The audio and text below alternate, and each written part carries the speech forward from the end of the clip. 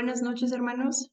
El día de hoy estará con nosotros el padre Jaime Vichis Guerrero, párroco de Santa María de las Rosas, con el tema número 3, que es el Génesis, primera parte, capítulos del 1 al 11.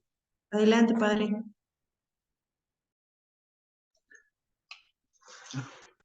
Buenas noches, me da mucho gusto saludarlos, de verlos, aunque sea por TV,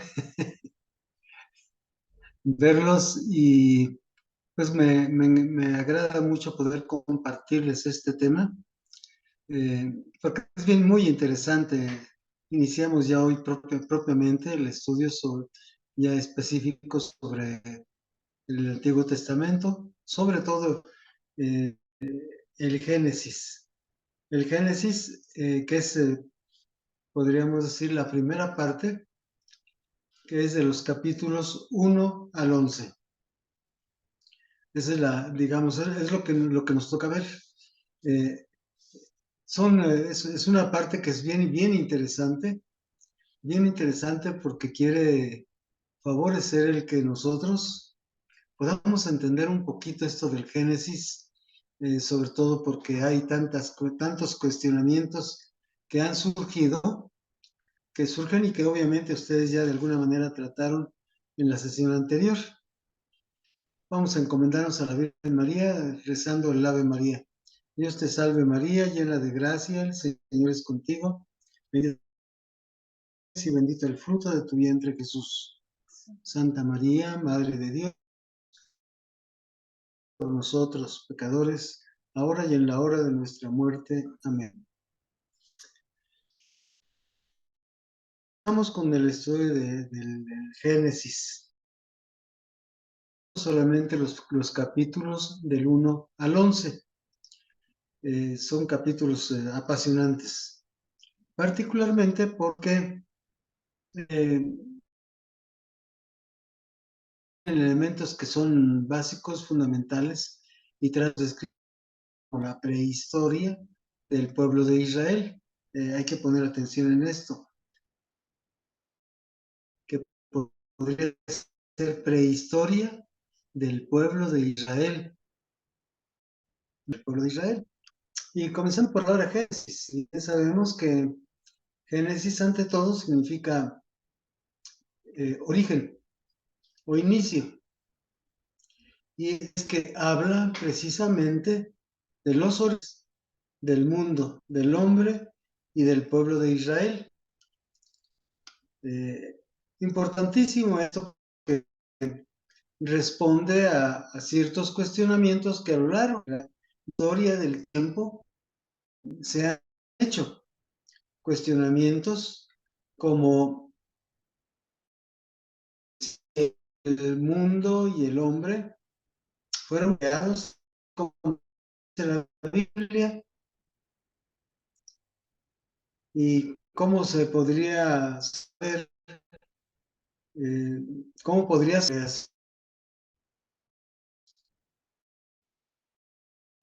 esto por un lado, pero también por otro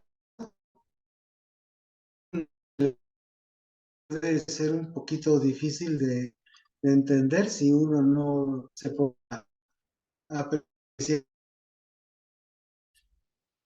perdón, con lo que dice la ciencia. Interesante es hace tiempo, y ahorita ya no puedo decir porque se decía que había varias, pero sobre todo subrayaban dos teorías sobre el origen del mundo. Uno, el de la evolución, y el otro, el creacionista, así le llamaban. ¿Cómo se podría contradicción que en ocasiones eh, se puede ver?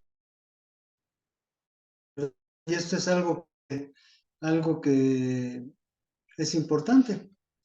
Por otro lado, también otro aspecto interesante, yo recuerdo mucho con una pareja que estaba en la plática prebautismal hace años y me fuera de aquí, que decía que los niños llegan limpios, sanos al mundo, y que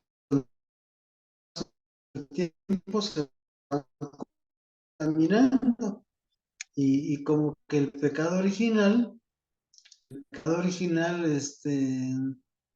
como que no tenía razón de ser. Bien, cuando uno ve esos relatos de la serpiente, fruta prohibida, el diluvio, la torre de Babel, todo eso, ¿qué tiene, qué, qué- qué pruebas de la existencia hubo o sucedieron o no sucedieron? O, o qué se expresa de ello? Vamos a encontrar luz en estos primeros 11 capítulos del Génesis, precisamente porque un punto de referencia fundamental de la fe, ¿sí? Porque obviamente esto es lo que el punto de referencia que nos hace entender y que trasciende todos los conflictos que puede haber. Eso por un lado, pero antes de pasar a eso, sí, el libro del Génesis es el primero de la historia,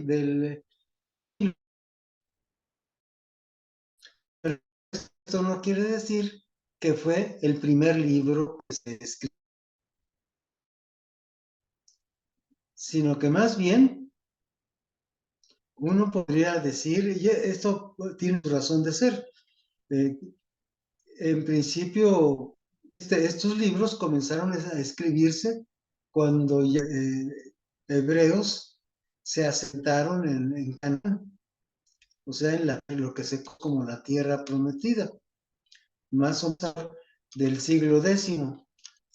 Y todo esto pues comenzó, digamos, pues, comenzaron a escribir con Abraham, que fue el que inició la historia del pueblo de Dios. Entonces, no, no por ser el primer libro de la Biblia, fue el primer libro que se escribió, pero sí el pueblo cuando ya tuvo paz, cuando ya se asentó, cuando comenzó a reflexionar en torno a su historia.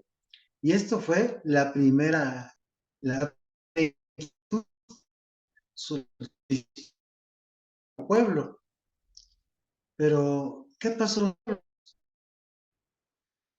con la humanidad?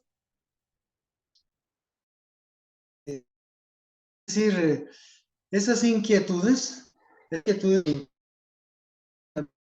llegamos a tener con respecto a cómo fue que el hombre llegó al mundo, pues es precisamente algo que después vino, después de escribir su propia historia y que no digamos, no percibido para el pueblo de Israel. De lo que estaba seguro, porque era su experiencia, estaba seguro que Dios es fiel y que así como en favor del pueblo, pues iba a actuar en favor de toda la humanidad, de todo lo que veían ellos. De tal modo que eh, de esa forma fueron pensando a la luz de su experiencia como pueblo, ya como pueblo establecido, porque pues la historia del pueblo como tal, el pueblo comenzó particularmente después de salir de Egipto. Entonces, esto por lo tanto, llevó consigo con los cuestionamientos en torno a cómo surgió la vida, de dónde,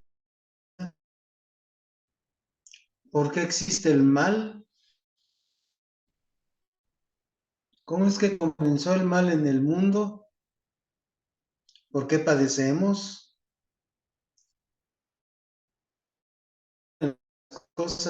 Una de las cosas importantes es entender que todo lo que se escribió fue para dar respuesta. Y una cosa importante en esto es que en esta respuesta se llama verdad. Y una verdad que vale y vale para todo, para siempre. Porque son respuestas no del hombre al hombre, sino es que Dios hace al hombre. Por tanto, lo que escribiendo responde a lo que Dios mismo le ha revelado. Entonces, hay que distinguir en ese sentido el ropaje que lleva consigo todos los escritos, porque dentro de estos escritos hay mucho ropaje que vale la pena considerar y entender para entender el Génesis y para entender también por qué se escribió, cómo se escribió y cómo es respuesta al ser humano. ¿Sí? Entonces, en cuanto a la historia del Génesis, ciertamente el Génesis son respuestas fundamentalmente inspiradas a los problemas que el hombre se puso y que pone siempre. Pero no podemos leer los primeros las páginas de los primeros capítulos de la Biblia como páginas de historia, de hechos realmente acaecidos, como nosotros estamos acostumbrados. Nosotros sabemos, aunque hay mucho de invento en esto, sabemos la historia de México, más o menos. Por lo que sea, así como nos enseñaron en la escuela, se nos va quedando. O los hechos de estos tiempos, cómo podemos irlos procesando.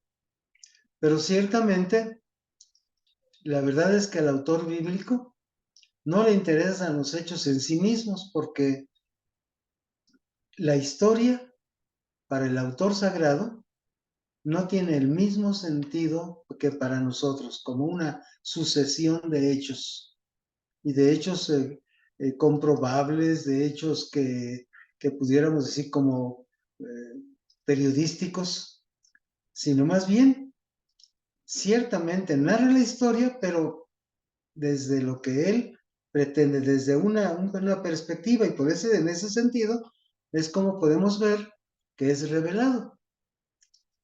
Todos los acontecimientos los usa en la medida que sirven para enseñar y explicar el plan divino. Todo en la vida no es sino presentar lo que se llama también historia de la salvación.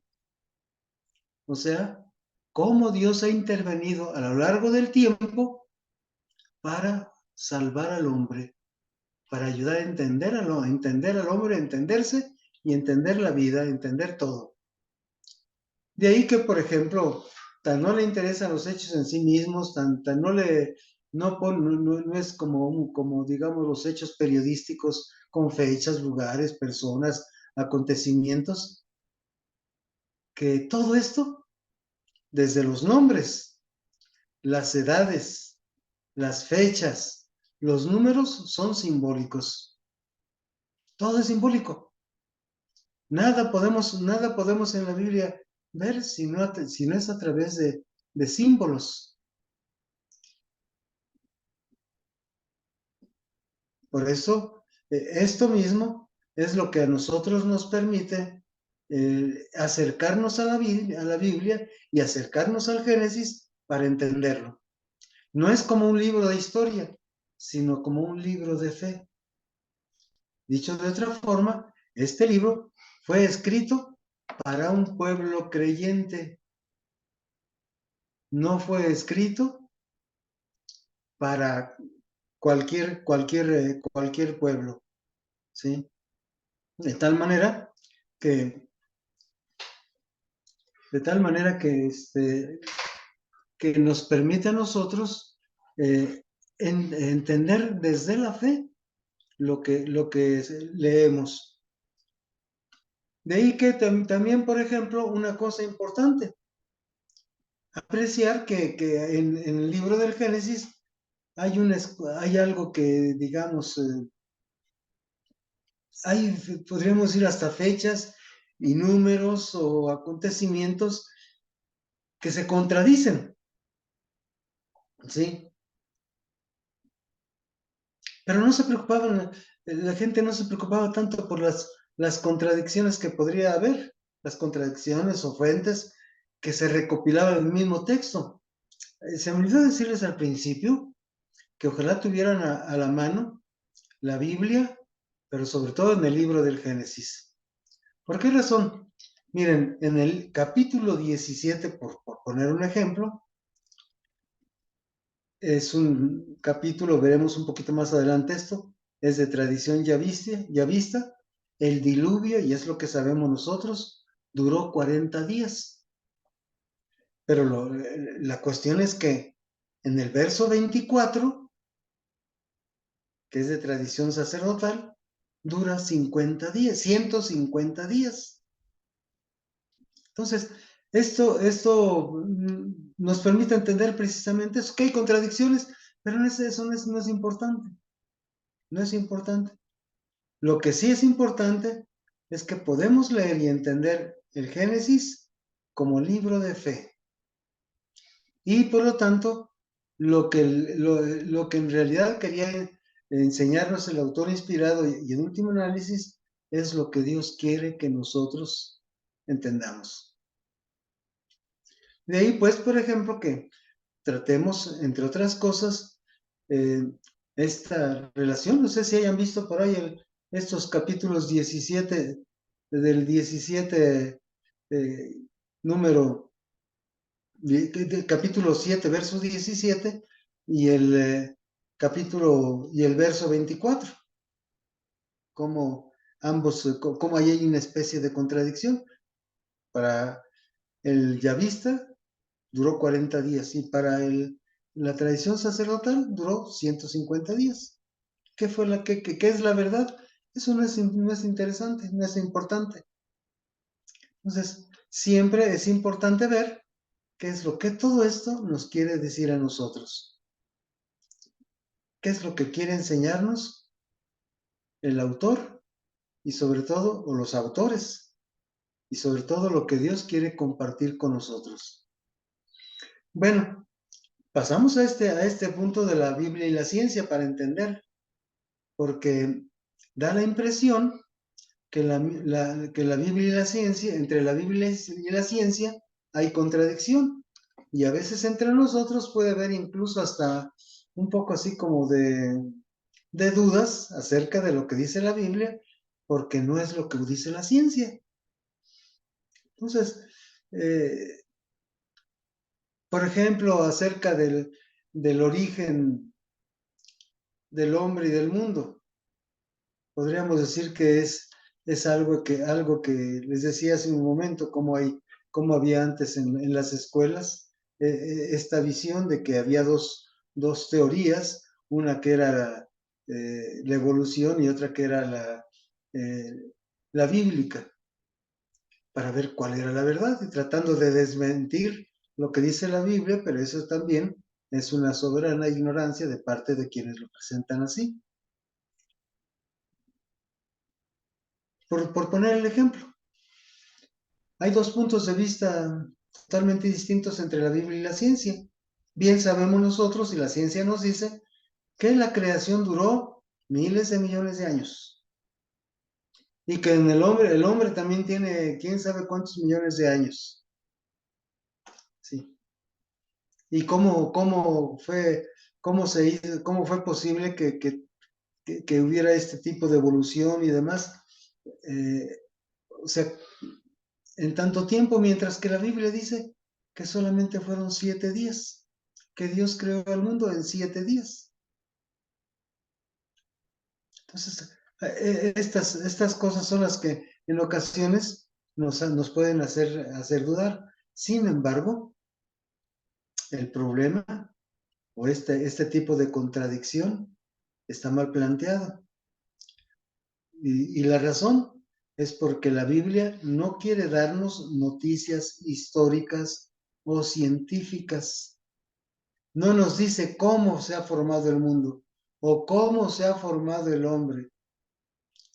Tanto la ciencia como la Biblia miran el mismo problema, el problema de, digamos, en cuanto al origen, en cuanto al hombre, los dos, pero con puntos de vista diferentes. Mientras la ciencia busca investigar y explicar lo que realmente pasó en el principio, pues en fin de cuentas es eso que hacer. La Biblia hace una reflexión religiosa sobre la vida, sobre el hombre, sobre el origen. Es decir, la Biblia fue escrita para creyentes, no para científicos. Los científicos pues tienen esa obligación, investigar y darnos luz. Que si fue por evolución, que si fue, eso no contradice nada. Lo que sí, algo fundamental, es que reflexiona sobre lo esencial, nuestra situación de criaturas frente a Dios. Las divisiones que hay, que digamos que se dan en la contradicción misma del interior del hombre, cómo es nuestra relación con Dios, los conflictos que se dan entre nosotros, el problema del mal. Son temas que podríamos decir, tampoco la ciencia lo reflexiona. Es curioso un ejemplo que se nos pone para entender esto. La luna, podríamos decir, ¿cómo se puede mirar? ¿Cómo pueden mirar la luna? Por un lado, un científico y por otro lado, unos enamorados. Los enamorados buscan hasta regalar la luna y las estrellas y bajarlas y demás cosas, ¿verdad? ¿Y qué hacen los científicos? Pues eso, pues, bien sabemos que no es posible hacerlo. El poeta tiene una visión también, podríamos decir, ideal y romántica de los astros, lo cual es válido porque se trata de estilos diferentes, de formas diferentes. Y así pasa también digamos, entre la ciencia y la Biblia. El autor del Génesis quiere darnos una respuesta profunda, inspirada por Dios, ¿sí? De los problemas fundamentales del hombre. Y esto lo transmite también a través de un género literario que es sapiencial o poético. Así que, por ejemplo, la verdad del Génesis no la podemos poner en Adán y Eva como personajes reales en el Edén, con un lugar preciso. No podemos precisar el Edén.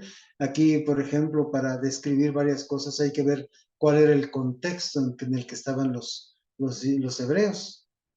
La serpiente, la manzana, aunque el texto no habla de manzanas. No podemos pensar que así como dice el autor, es como sucedió, sino a lo que hay que ir es al mensaje religioso que todas estas historias encierran. Los datos y las noticias históricas o geográficas responden a acontecimientos o tradiciones populares de aquel tiempo. Y que por supuesto, y obviamente la ciencia no los toma en cuenta. Por ejemplo, en el relato de la creación, Génesis 1, capítulo 1, versos del 1 al 25, describe los astros, la tierra y el cielo, así como se pensaba que estaban antes. Es decir, la tierra como una gran llanura, como una gran llanura. ¿Por qué? Pues porque se decía que la tierra era plana y que el sol más bien era el que le daba vueltas a la luna. ¿Sí? Entonces, hoy sabemos que obviamente eso no, todavía en el siglo XV se desmitificó todo eso, que la Tierra, que el Sol daba vueltas en torno a la Tierra. ¿Sí? Entonces, todo esto, aquí por ejemplo también, podríamos decir que hay ciertas expresiones que vale la pena ir a lo que se pensaba en aquel tiempo. Una de las cosas que digamos, una recomendación, casi todo el mundo tiene la Biblia latinoamericana. Bueno, si leen ahí en la Biblia latinoamericana la introducción, donde está un artículo que dice, que se titula ¿Qué hubo en el mundo antes de la Biblia? En la latinoamericana está, si sería bueno que lo leyeran. Bien, en cuanto al autor del Génesis, en realidad no hay un autor. No tiene un solo autor. Más bien, el libro es el resultado de antiguas tradiciones orales, populares, y de la complicación de tres fuentes. Fuentes o tradiciones que se conocen como yavista, eloísta o sacerdotal. Son tres fuentes o tradiciones. De estas fuentes, la razón es porque, bueno, eh, podríamos decir que depende mucho cómo llamen a Dios. A Dios lo llaman Yahvé o Eloí, o la visión sacerdotal, que es más litúrgica. En estos capítulos del 1 al 11 están presentes las tres tradiciones, bueno, nada más dos tradiciones. Hay dos tradiciones que en determinado momento hasta se mezclan, como por ejemplo en el relato del diluvio, es la yavista y la sacerdotal. Estas son las tradiciones que se presentan en el capítulo, de los capítulos 1 al 11. Ahora bien, ¿qué podemos hablar de la originalidad del Génesis? ¿Qué es lo más original del Génesis? Si esto ha respondido, podríamos decir, no solamente la historia del pueblo de Israel, sino después de ver la historia del pueblo de Israel, pensar en el origen de todo lo demás, pues obviamente tiene su propia originalidad. ¿Por qué razón? Porque el relato bíblico, en primer lugar, tenemos que decir que ni siquiera tanto los capítulos que hablan de los orígenes del mundo y el desarrollo de la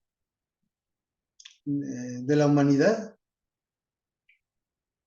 no son originales del Génesis, no son originales. Ya en la literatura antigua existían varios relatos que hablan al respecto, de forma que muchos de estos relatos influyeron en la forma de presentación del Génesis, solamente que hay una cosa en lo que encontramos la originalidad del Génesis. En primer lugar, si se encuentran en otros textos, como por ejemplo el poema de Enuma Elish, la epopeya de Atrahasis y el poema de Gilgamesh, son tres, digamos, escritos que indudablemente influyeron en la presentación del Génesis, pero si bien hay cierta semejanza, sin embargo, hay originalidad, no en la forma literaria. La originalidad está, en primer lugar, en cómo responder también, cómo tener una visión diferente, porque digamos, sobre todo en Mesopotamia o Babilonia, todo era, digamos, politeísta. Hay semejanzas que son solamente aparentes. Se habla del hombre creado con el barro, de una serpiente, del diluvio. Todo esto está dentro de esos escritos. El pensamiento es diferente. El texto bíblico subraya fundamentalmente el monoteísmo. Parte del monoteísmo, contrario al politeísmo que privaba a su alrededor. Y también, por otro lado, si el mundo estaba poblado por los dioses babilónicos, sin embargo, en la Biblia se habla de un Dios amor, de un Dios cercano, de un Dios misericordioso, de un Dios que libera. Mientras que los otros dioses más bien eran dioses que uno podría hasta decir fracasados, egoístas, opresores del hombre. Miren, por ejemplo, aquí en México, por poner un ejemplo, cuando en el siglo ¿qué? 12, 13 se terminó la pirámide de Teotihuacán, se sacrificaron algo así como 9.800 seres humanos ofrecidos a los dioses. ¿Para qué? Para que los dioses aceptaran y así aplacar a los dioses. Era la visión. Mientras que en la visión que tenía el pueblo de Israel, era de un Dios que liberaba, cercano, un Dios que era misericordia, un Dios que caminaba con ellos. Entonces, es una visión totalmente diferente.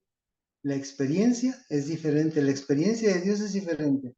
Por esta razón, se puede decir que el relato bíblico está purificado de toda tentación fantástica y mitológica. Se presenta de una manera sobria y bien concentrada en una reflexión teológica, en contraste con las fantasías de esos escritos.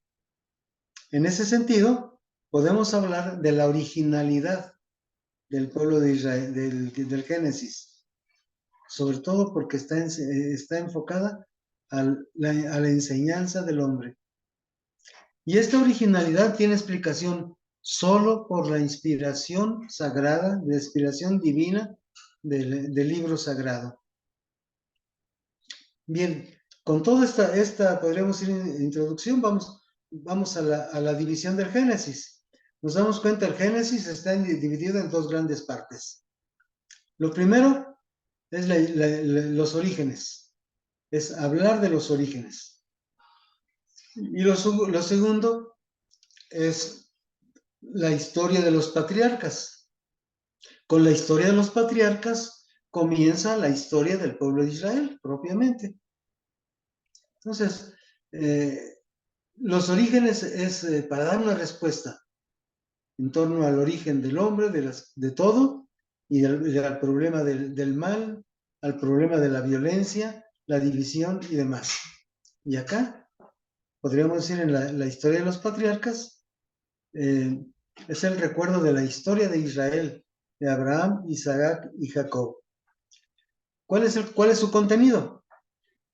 Los primeros 11 capítulos constituyen una gran introducción. Es esto: introducción a la vocación de Abraham y las promesas de bendición que todos los pueblos de la tierra recibirían por medio de él. Digamos, podríamos decir que todo está en función de preparar para entender la historia del pueblo y cómo están llamados. Ya está llamado el pueblo de Israel incluso por Abraham a ser bendición de la tierra. De forma que comienza el libro con el relato sacerdotal de la creación, capítulo primero, desde el verso primero hasta el capítulo 2, verso 4a. Es decir, hasta el capítulo 2, la primera parte del verso 4 es lo que se llama, es digamos el relato sacerdotal, de la tradición sacerdotal. Y enseguida, y empieza en el 4b, capítulo 2, verso 4b, hasta el verso 25, el segundo relato de la creación. Es decir, vemos que hay dos relatos de la creación con diferentes perspectivas. Los capítulos 3 y 4, que también, todo esto podríamos decir, el segundo relato es digamos, de fuente ya vista. El primer relato de Génesis 1:2 al verso 4, a capítulo 2, verso 4a, es de la tradición sacerdotal. Y el segundo, del capítulo 2 4b al 25 es de fuente yavista. De esta fuente yavista también son los capítulos 3 y 4 que narran fundamentalmente la caída para responder al problema del mal y por lo tanto también cómo se fue expandiendo el mal, comenzando por la familia. Los capítulos 4 y 5 hablan sobre Caín y Abel y el crecimiento de la humanidad. Aquí hay cosas bien interesantes, lo vemos enseguida. Capítulo 6 al 10 hablan del diluvio universal. Y el capítulo 11 habla de la Torre de Babel. Ya los demás capítulos que siguen, pues narran los comienzos del pueblo de Israel. Del capítulo 12 al 25, la vida de Abraham. 26, 27, la de Isaac. 28, 36, de Jacob. Y del 37 al 50, la vida de José. Esto es, podríamos decir, la división de todo el Génesis. Pero ahora nos vamos a centrar en el estudio del capítulo 1 al 11, que abarcan la creación, capítulo primero, verso 1 y 2, prácticamente hasta el 25, son las dos tradiciones del primer relato, del capítulo 1, versos 1 al capítulo 2, verso 4. Y el segundo relato de la creación, capítulo 2, verso 4, hasta el 25. Vamos a comenzar a pensar, a estudiar estos capítulos. En primer lugar, vamos a tratar sobre el primer relato de la creación, que es de origen sacerdotal, o sea, la tradición sacerdotal. Este autor inspirado narra la creación del universo con un estilo litúrgico. Se trata de la tradición sacerdotal. Entonces, obviamente, la visión sacerdotal siempre será diferente por el enfoque que podríamos decir litúrgico que le pone a sus escritos. Y por lo tanto, no deja de ser un poema de alabanza al Creador que hizo todas las cosas y que las hizo muy bien. Es un reconocimiento, una alabanza, y como después de todo decía, todo era bueno, y todo era bueno, y todo era bueno. Entonces es es una joya literaria, pero rico en enseñanzas teológicas. Obviamente que tiene la influencia necesariamente con sabor oriental. El universo, en ese sentido, y así como lo presenta, es como un templo gigantesco. Es un templo construido y que eleva también para su gloria. De forma que cuando ya este templo está preparado, entonces coloca allí al hombre, creado a su imagen y semejanza. Lo cual no está fuera del relato de exaltar la dignidad del trabajo como colaboración de la obra creadora de Dios. Esto quizá está más exaltado en el segundo relato. Pero ciertamente el hombre está llamado a colaborar en la obra creadora de Dios. Al hombre le corresponde transformar al mundo y mejorarlo. Pero quiere enseñar ante todo una cosa que es muy importante, que Dios es único, es eterno. Existe antes de la materia, antes de todo, y que está fuera de ella. ¿Sí? Que no es material. Él crea, pero está fuera, trasciende la materia. Y una cosa importante en esto, los astros, por ejemplo, que podríamos decir en las narraciones de las tradiciones anteriores, sobre todo no hebreas, pues adoraban al sol, a la luna, a las estrellas, a los astros, todo era visto como Dios. Y aquí, en el Génesis, los presentan simplemente como criaturas de Dios. Eso como algo único y original en el Génesis. Ninguna tradición presenta esto así. Todas las leyendas, todo lo que donde quiera que ustedes pudieran investigar de leyendas y demás, pueden hablar de esa creación, pero podríamos decir, aquí en nuestro país, nuestros antepasados tenían también Dios el sol, la luna, la diosa de Tlaloc, la diosa de la lluvia, del agua, etcétera, etcétera. Para la Biblia son simples criaturas. O sea, para los textos del Génesis en el capítulo 1, versos, la primera narración. Y tiene un elemento también que llama la atención, la creación en 7 días. Bueno, en 6 días y el sábado. Es obviamente que es sacerdotal. 6 días para que Dios trabaje y realice toda la obra, y después de cada día vio que todo era bueno, etcétera, etcétera, ¿verdad? Pero el sábado descansó. De forma que esto obviamente es consecuencia de aquello que los israelitas, los hebreos, creían. El sábado es el día en que hay que darle culto a Dios, y tenía, podríamos decir, un triple aspecto a subrayar. Es el día de descanso, día dedicado a Dios y día dedicado a la familia. No se podían hacer trabajos. Bueno, ¿por qué? Porque Dios descansó el 7º día. Con todo ello también nos enseña a nosotros cosas muy interesantes, como el hecho, la necesidad que hay, por ejemplo, del descanso, la importancia del descanso. También dice el texto, Dios descansó. Y no es que Dios descansara, bueno, es una visión y eso se llama antropomorfismo, o sea, darle a Dios figura de hombre. Pero subraya esto como algo único también y original del libro de Génesis. En el segundo relato de la creación, encontramos, bien tenemos el capítulo 2, versos del 4b al verso 25. Aquí Dios es presentado con rasgos muy humanos, imágenes muy coloridas, como un Dios muy cercano al hombre.